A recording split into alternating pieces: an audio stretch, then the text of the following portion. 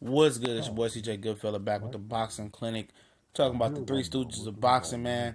And it's a couple guys that people were probably, oh yeah, I throw them in there before I throw them motherfuckers in there. Probably Stevenson and Santa Cruz, but simple fact, they both won big fights, and Stevenson beat the linear light heavyweight champion, and it's technically the top dog at light heavyweight because he actually beat the guy.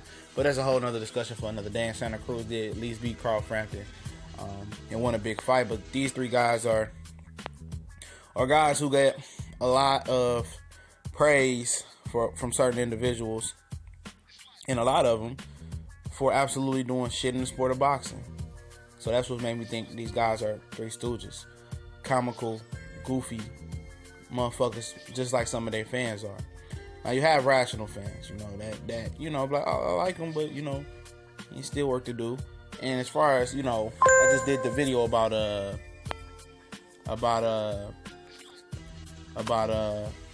Chris Eubank Jr. and Arthur Abraham, and people are, jumping up, clapping up and down for that fight, okay?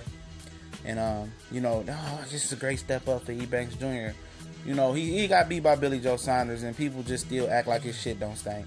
Like there's not deficiencies there. Now I can see if Billy Joe Saunders was like a Canelo or Triple G, a Crawford, established star. But most people think that Billy Joe Saunders is a paper laughable champion himself.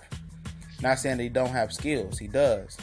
But the way people pump up Chris Eubank Jr. and his fans pump him up, you think he's the second coming. People really thought he had a chance versus Gennady Golovkin. He knew he didn't have a chance, so he threw that car in reverse and he backed out of that fight. He was scared to take on Daniel Jacobs. He passed the opportunity up to fight Daniel Jacobs for Golovkin's WBA interim title, which if he would have won that, he would have been basically Golovkin's mandatory. But he don't want competition. And as far as Boo Boo Doo Boo Boo, he's one of the most laughable guys in the sport of boxing. He's the only guy that I've seen, in current events in boxing that made worse business decisions than Andre Ward. He read up with Star and Banner Boxing for whatever reason. This guy was moved slower than slow. He was on some Deontay Wilder shit. He's fighting on ESPN Friday Night Fights, and he was supposed to be this great Olympian with a lot of pro potential. This great amateur with a lot of pro potential. This dude was moving slower than slow. Slower than the turtle. And he's supposed to be this good thing, and then we see he get dropped by Vanes Monterosian, which it was it was what it was. I didn't think he was hurt. He does get dropped by him, okay? And comes back, dominates him, looks great. I think people try to make it closer than what it was, and then absolutely does nothing after that. He vanishes off the earth. He makes a fight with Charlo for a career high payday, pulls out of it. And you look at it and you're like, I don't get it. And then shows up to these press conferences calling Canelo a pussy and all this shit, and expecting Canelo to give you a shot when you ain't fighting nobody. You ain't doing nothing with your career. You fighting 1 year and then you off 2 years. Can't nobody respect that. And still fans out here saying that, oh, Andrade, he's the best. He'll beat this guy. He beat that guy. You can't beat people when you steadily stagnant. You out the ring. You not fighting. His fans are more delusional than Adrien Broner and Chris Eubank Jr. fans damn near put together at times. You talk about the junior middleweight division, and people say, well, Canelo ducked a lot of guys.